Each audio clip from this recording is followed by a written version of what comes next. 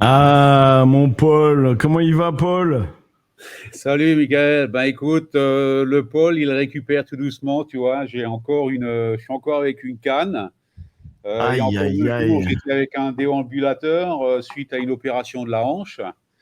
Mais Ok. bon, voilà, je voulais pas louper l'événement. J'ai deux amis, Sébastien Guerig et Boundarik, qui seront en direct depuis un endroit assez sympa à Bangkok, en face du Wat Arun, qui est un temple emblématique de la cité. Et puis, bah, ben, moi, je suis chez moi, sur ma terrasse, avec une superbe végétation Ouais, je vois ça. luxuriante, typiquement tropicale. Voilà, donc voilà. Génial. Et puis, j'ai mis mon t-shirt aussi. Hein, Super. Ah, bah, tu je les ai vois. reçus. Les fagnons et les bandanas, je les ai donnés à Boundarik et à Sébastien. Sébastien, il m'assiste, Ok. il m'aide dans l'organisation des événements des Alsaciens depuis qu'on a pu reprendre, parce que tu sais qu'en Thaïlande, enfin en Asie plus particulièrement, on a C'était été très compliqué, ouais. sévèrement impacté par le Covid, la fermeture des frontières, machin et tout ça. Et puis, et Boundarik, en fait, qui s'est joint au groupe il y a quelques mois, et elle a participé au premier événement de la Saint-Nicolas en décembre dernier. C'est une Thaïlandaise parfaitement francophone et qui a vécu 10 ans en Alsace et qui est amoureuse de la région. Elle a voulu participer, elle veut être active au sein des Génial. Alsaciens. Donc, on va prochainement créer un comité et puis et on va essayer de mieux s'organiser que par le passé. Voilà. Ah, ok, mais ça fait combien d'années que tu es installé là-bas? Alors moi, alors sur Bangkok, je suis en Asie depuis plus de 30 ans, mais je suis sédentarisé entre guillemets, hein, mais j'habite Bangkok depuis 99. Avant, j'étais en Malaisie. Ok. Et quand j'étais en Malaisie, j'ai connu la personne qui partage aujourd'hui ma vie et qui m'a donné deux beaux enfants donc qui se trouve être de nationalité thaïlandaise. Et puis donc en 99, j'ai fait le choix d'emménager à Bangkok. Mais j'y étais déjà présent assez régulièrement en Thaïlande puisque j'y avais déjà des affaires. Mais j'étais installé en Malaisie, voilà, à Kuala Ok. Lumpur. Et par contre, t'as jamais renié tes racines alsaciennes? Absolument pas. Dès que je suis arrivé, alors c'était un peu plus compliqué lorsque j'étais en Malaisie, mais dès que je suis arrivé en février 99 à Bangkok, quelques mois après, j'ai créé l'Amicale des Alsaciens. Et on a Excellent. le premier rendez-vous s'est fait dans un restaurant italien de la ville parce que j'avais organisé l'événement autour d'une tarte flambée que j'ai fait moi-même. Et dans un restaurant italien, tu as des fours à bois. Et donc, voilà, c'est pour ça qu'on l'a fait dans un Bah, ouais, restaurant italien. on s'adapte. On Voilà, s'adapte, hein. C'est un peu le principe de tous les Alsaciens expatriés qui finalement essayent de remettre un peu d'Alsace au quotidien et tout vont à trouver fait. des astuces pour faire une tarte flambée en Thaïlande, un kouglof euh, Ah, tout à fait. en Australie, etc. Donc, je suis assez féru de pâtisserie et de cuisine. J'aime bien les week-ends de faire la cuisine. Bon, là, en ce moment, c'est pas top, comment dire, en béquille, mais donc je fais régulièrement des plats alsaciens. Je fais régulièrement de la tarte flambée chez moi à la maison. Alors bon, j'ai pas de four à bois, mais on y pense à réaménager le jardin pour installer un four à bois. J'ai la chance d'avoir quand même des amis qui visitent assez régulièrement la Thaïlande, parce qu'en fait, la Thaïlande, c'est un pays magnifique. Tu y trouves à peu près tout ce que tu veux. C'est ce que tu ne trouves pas en Thaïlande, tu ne trouves pas à Bangkok, tu le trouves nulle part ailleurs. Par contre, il y a une chose que je ne trouve pas, et ça, heureusement, donc j'ai des amis qui viennent me visiter, c'est le picon. Donc, je suis régulièrement approvisionné en picon. Ou alors, de Mais temps en ça, je temps, crois que en fait, chaque année, c'est un peu redondant. Je crois que la filière Picon, elle va s'organiser au final parce que je crois même savoir qu'au Québec, c'est pareil. Au Québec, on n'a pas de Picon. ouais, On a une marque alsacienne, Sommer, Homer, qui est très bon aussi, mais hum, qui n'est pas le Picon. ouais. Et je crois savoir que la SAQ, donc la Société des alcools du Québec, a été sollicitée par un Alsacien euh, pour importer du picon au Québec. Donc, tu vois. Ah, D'accord. Je crois que qu'on Sébastien rejoint une autre partie de la Thaïlande. Ouais. On est Sébastien. juste en face Alors, du il est fameux quelle heure chez vous Wataroun. déjà on te voit pas, Sébastien. Je dois faire un grand angle. Je suis là avec Boua. Salut, Bounaric. Notre vraie Thaï alsacienne. Ok. Alors, vous êtes où là? On est à Wataroun. En face. On est là juste au-dessus de la rivière. Là, vous avez la rivière, vous avez le Wataroun en face. Un des monuments les plus typiques de Bangkok. Ouais, c'est quand même un endroit. Ok.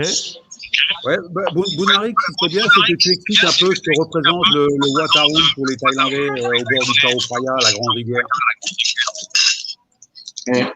Et on a même emmené quelque chose de spécial pour le moment. Hop. Allez, un petit WhatsApp. Voilà, c'est ça.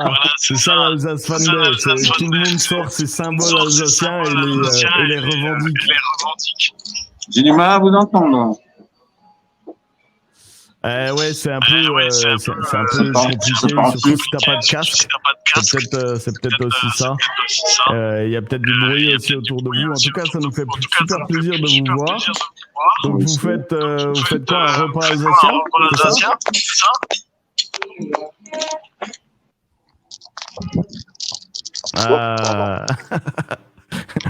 On déballe les casques en direct. Ouais, on déballe les casques et on vous entend pas. On devrait vous voir aussi, Sébastien et Bounaric, là on ne vous voit pas. Bounaric, ce qui serait sympa, c'est que tu puisses expliquer un petit peu à nos amis alsaciens ce que représente le Wataroun, comment dire, pour les Thaïlandais, surtout placé comme il est placé au bord de la rivière Chao Phraya qui traverse la ville. C'est quand même le cœur de la ville. Hein. Chao Phraya, c'est le fleuve principal déjà de la Thaïlande. Et Wataroun, c'est quand même un endroit typique.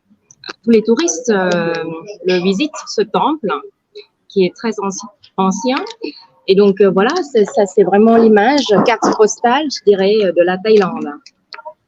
Oui, mais on voit le nombre de pour les Thaïlandais. C'est Arun, déjà, c'est le matin. Arun veut dire matin. Donc, c'est vraiment un symbole, un temple. Le temple du matin. Le temple du matin. Oui. Ben là, quand on regarde, parce qu'il faut aussi le situer, il est carrément au cœur historique. Je veux dire, de l'autre côté de là où on est, c'est le grand temple. Le grand palais. Hein. C'est le grand palais.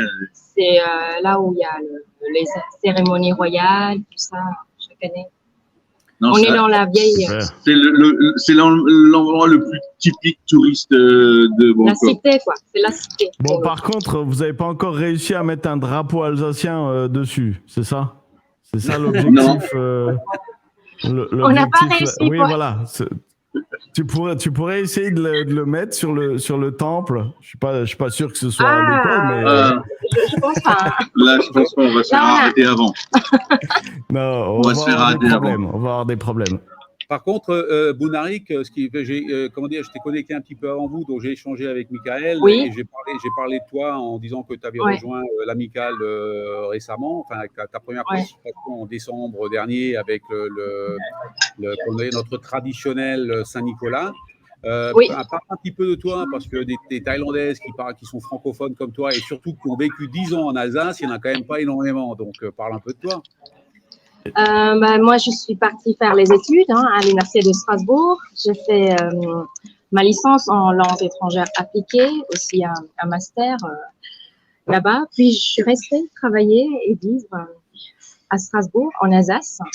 Et donc, je considère l'Alsace comme ma région d'adoption, ma région de cœur. Et donc, je suis très heureuse de garder le lien. Est-ce que tu reviens parfois en Alsace? Bien sûr, je suis allée Noël dernier à Strasbourg.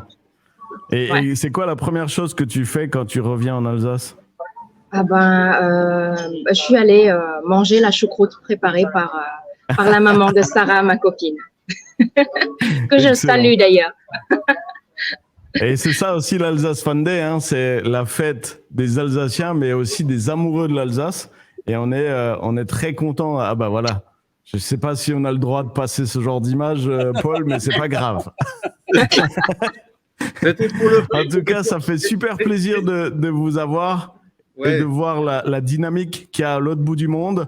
Je vous ai posé la question plusieurs fois, mais vous ne m'avez peut-être pas entendu. Il est quelle heure là chez vous? 15h30. Ok, il est 15h30. On a 5 heures de décalage De différence, ouais. ensemble. C'est quoi le programme encore aujourd'hui pour la fin de l'Alsace Fan Day? Là, On finit de manger. on va finir le bretzel, hein. On va finir le bretzel, hein? Moi, depuis ma terrasse, je vais suivre le direct sur Internet. Excellent. Puis voilà, ça va me permettre de humer à distance Super. un petit peu les parfums de l'Alsace. Et puis le pic. Non, nous, c'est retourner au trafic. Pas encore droit parce que j'ai encore quelques médicaments, mais voilà, ça va revenir bientôt. Et puis on va trouver une solution. Génial. Bah écoute, oui, on va trouver une solution. D'ailleurs, le partenaire des fours à tarte flambée, Hop la Hop, il exporte partout dans le monde. Donc, je vous mettrai en relation. Et s'il arrive dans les containers, il mettra des petites caisses de picon. Je pense que c'est les goodies qu'il peut mettre avec. C'est une excellente idée. D'ailleurs, je suis aussi en connexion avec une personne que tu dois connaître, qui est Barbara Ham. Et puis, donc, c'est qui fait ces fameux petits sablés, goût choucroute, tarte à l'oignon et tout ça. Tout à fait. Et on va peut-être, je vais regarder avec elle comment est-ce qu'on peut faire pour les importer en Thaïlande et les distribuer ici en Thaïlande. Génial, génial. Mais c'est ça aussi. L'Alsace Fan Day, c'est l'occasion de faire des connexions comme ça avec des Alsaciens de partout, de s'entraider. On se donne des recettes, comment s'adapter à chaque pays. Mais en tout cas, ça nous fait toujours super plaisir de vous voir. Fais attention à toi, Paul, hein, rétablis-toi vite, qu'on puisse te voir courir la prochaine fois, gambader dans le jardin. Enchanté d'avoir fait ta connaissance. Enchanté également. Boudarik, oui, c'est ça. Boudarik, voilà, super. Oui. Et merci Sébastien aussi de rien. D'avoir assuré la connexion. Vous êtes combien Donc tu m'as dit que vous êtes en train de réorganiser l'association, hein, c'est ça? Ouais, voilà, parce qu'on a remarqué depuis un an, l'année prochaine, vous serez une cinquantaine. Non, parce que là, il y a de plus en plus de touristes thaïs que j'entends qui font un tour en Alsace pendant leur séjour en France. Excellent. Voilà. En fait, pour reparler du truc, l'amicale, comme je l'ai dit tout à l'heure, c'est quelque chose que j'ai créé en 1999. Bon, puis c'était bien monté. À un moment donné, on était jusqu'à 130 ici, localement, à l'amicale, mais on n'a jamais réussi à rassembler 130 personnes. Je crois que le maximum, c'est 55 personnes lors d'une soirée de la Saint-Nicolas. Et puis, ensuite, pour différentes raisons, ça s'est arrêté. Puis il y a eu la période du Covid pendant laquelle on ne pouvait pas se réunir. Donc le premier événement qu'on a réorganisé, c'était en octobre dernier, l'Oktoberfest. On n'avait pas beaucoup d'Alsaciens. Heureusement qu'on avait quelques amis belges qui étaient attirés par la bière. Génial. Et Suisse.